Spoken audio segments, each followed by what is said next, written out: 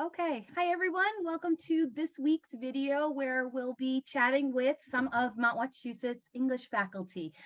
So I'm going to ask all of our faculty here to please introduce yourselves. Just let us know your name, what classes you teach at Mount Wachusett, and then maybe how long you've been here or anything else you think it would be great for a student to know about you. So I'll go around my screen and call on you also. We're trying not to talk over each other, and I'll start with Zach. Hi, everyone. My name is Professor Busher, but most students call me Professor B. I teach the English 101 class here. I also teach the co-requisite class, which combines English 97 and English 101.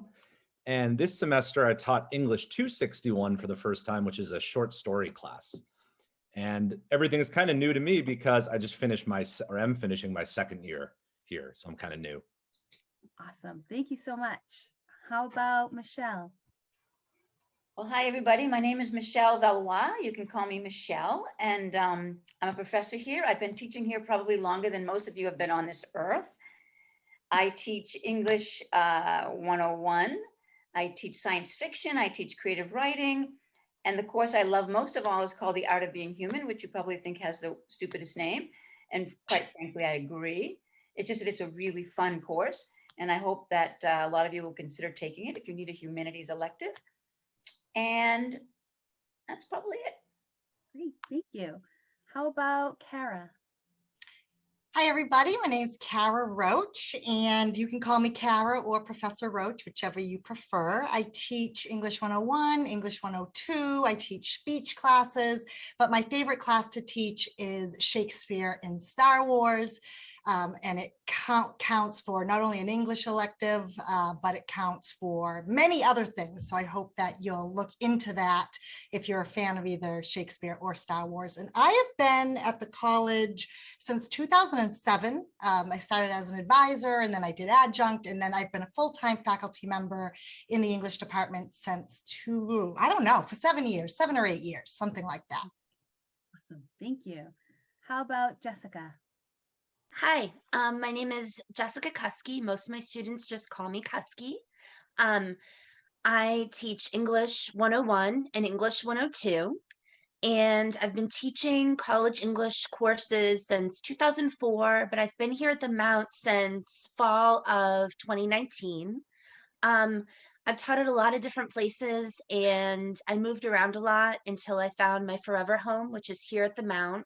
And I love it here because I love helping people, students, succeed in college. And that's the #1 goal of my English 101 class. Awesome, thank you. And Lori? Hi, my name is Lori Donahue. I also teach composition for College Writing 1 or English 101 and English 102, which I've grown to love, as well as I teach children's literature, and I would also say I love that course too. I think they're all very important courses. Those core courses really give people a taste of what college is all about. And I remember my own first year, and I think your college comp classes sort of stay with you forevermore once you take them. I've been teaching at the college probably since 1989, I think was my first year of teaching at the college. So that makes lots of years now that we are in 2021. And looking forward to meeting some of you at some point. Great, thank you. So my first question for you all is if any of you could share either what your favorite assignment is in one of your classes or the assignment that you get the most interesting student responses on. Yeah, one of my favorite assignments is also one of the first assignments. It's a presentation on good writing. So it allows us to kind of define what our personal definition of good writing is.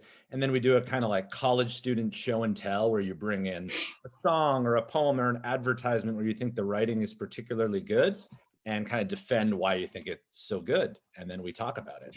It's a lot of fun. Awesome, that sounds like a really good one. I like that. Cool. I'll go next. In my English 101 class, which is my favorite class that I teach, our course theme is college student success. And we do a bunch of readings talking about barriers to student success and strategies that students employ to overcome those barriers. And I really like the discussion board posts that my students write in response to those readings, because they really see themselves in their own experiences and needs and struggles and aspirations reflected in a lot of those readings. So I really like to hear students talk about how they relate to the readings, and it really gets them excited for the research project we do, where students do their own research using the library to explore more of the things that they might see as challenges or things that are exciting having to do with their own college student success. Nice. That's awesome. That'll be hopefully something a lot of our students that are watching this end up doing. So that's great. And I always like to plug use of the library. Go to the library.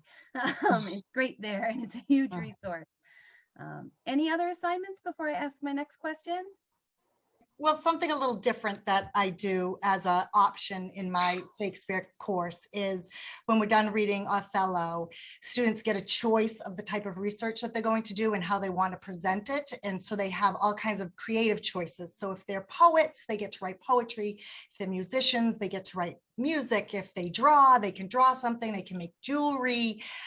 There's a whole list of different things they can do to kind of be creative. They can not be creative too, but generally speaking, most students have different ways of sharing bits of who they are and how they think about literature and how they think about writing in different ways that isn't just the traditional essay. So we have a lot of fun with those in the Shakespeare class. And I can't wait to be in person again, because a lot of people did some acting and things too that I want to get back to. But go ahead, Michelle.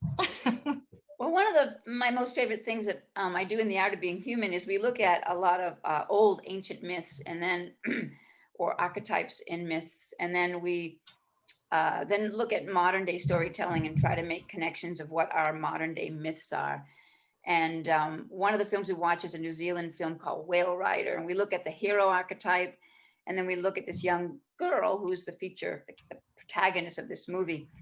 And then we look at her story, the arc of her story, and see whether or not it qualifies whether she qualifies as a hero according to kind of the understanding of the way heroes always operated in ancient myths. So the idea of finding contemporary movies or literature or music or art, and then relating it to old ideas, to ancient ideas, and then seeing the connections is what really thrills me about that class. And students tend to like it. They like to see something that's couple thousand years old be relevant in 21st century.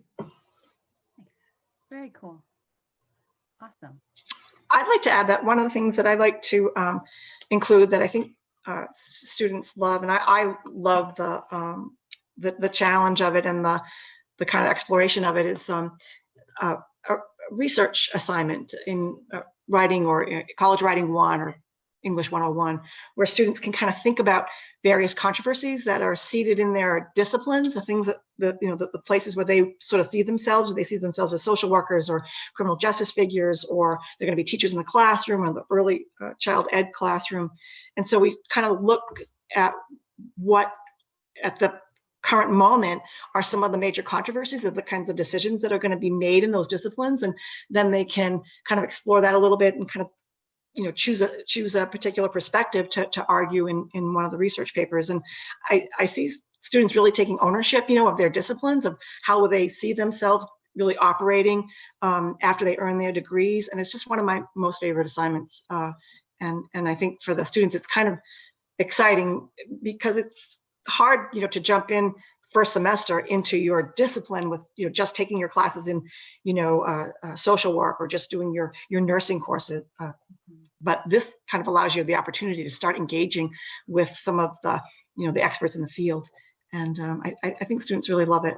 And I just love things that they find out. And I've learned so much from them because of that assignment. Nice. Awesome. Very good. I think that's really helpful, all of your assignments, for students to hear that even though it's just another English class, right, while you're waiting to get to your major, there's so much you can do while you're in the class that is still directed towards your major and interest. Yeah, exactly. That's awesome. Cool. Okay. And so just my last question for you all is, do you have any advice for these new students? So students either fresh out of high school or fresh out of the workforce who are entering college, maybe for the first time, maybe online. Any words of advice for students getting ready for the fall semester? I'll go I with would that. say make a schedule, stick to a schedule, get a calendar, fill it in, just try to get into a habit and a routine, and to reach out to professors whenever you're in need, reach out to all of the services that we have. But my biggest advice is routine and schedule. That's a huge one. Good. How about Cuskey, you and your cat? What's your advice?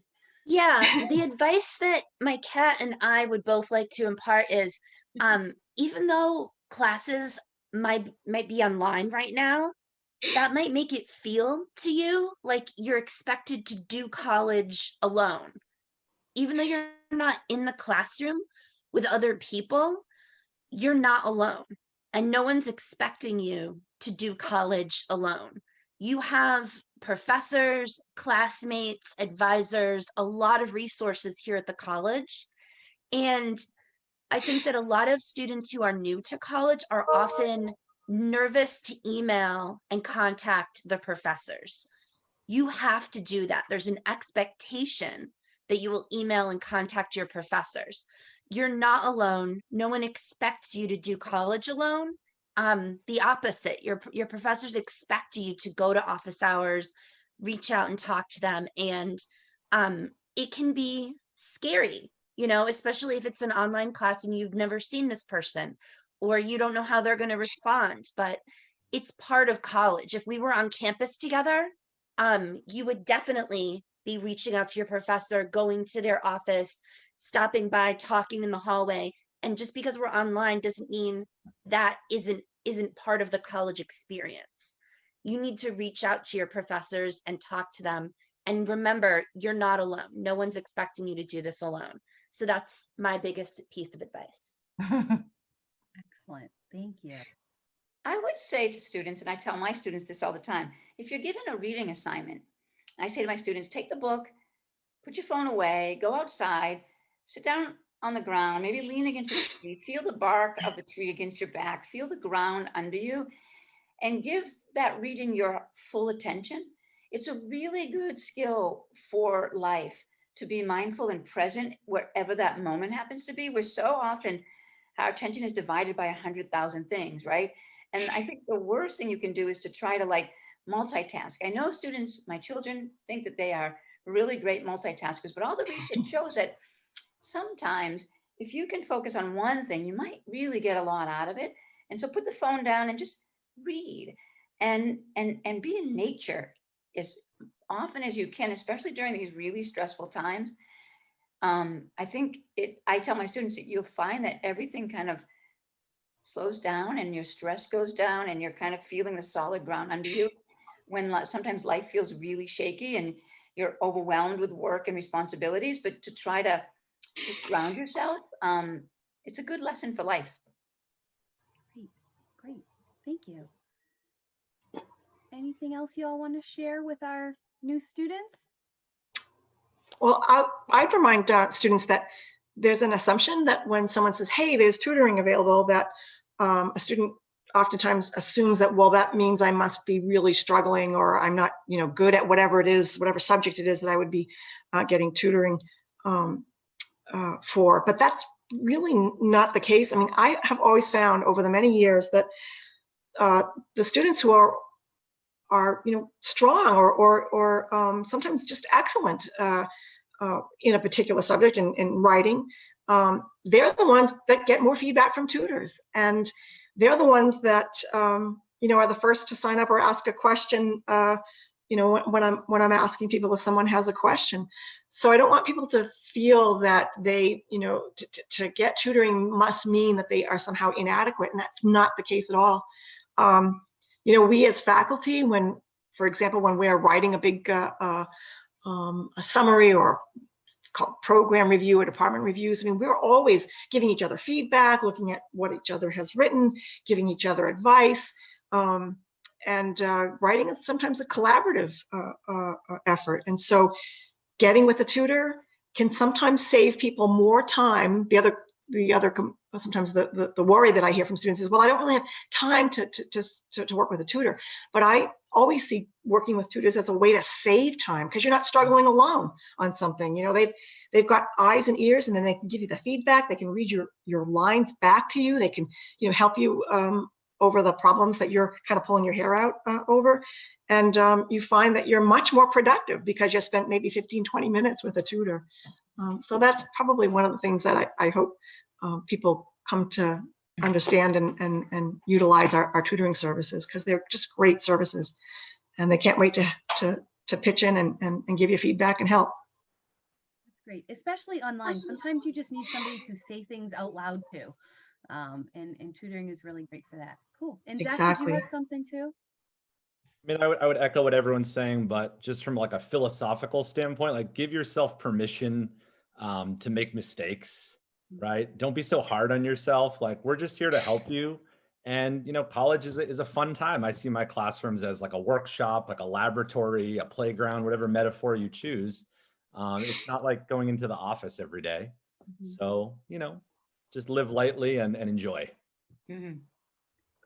Well, thank you all so much. It's really nice to be able to introduce you all to our students. And to the students, if you have questions, thoughts, or concerns, just email studentservices@mwcc.mass.edu, and you know we'll answer any question you have. If you don't know who to ask a question to, ask it to us, and we'll get you on the right direction.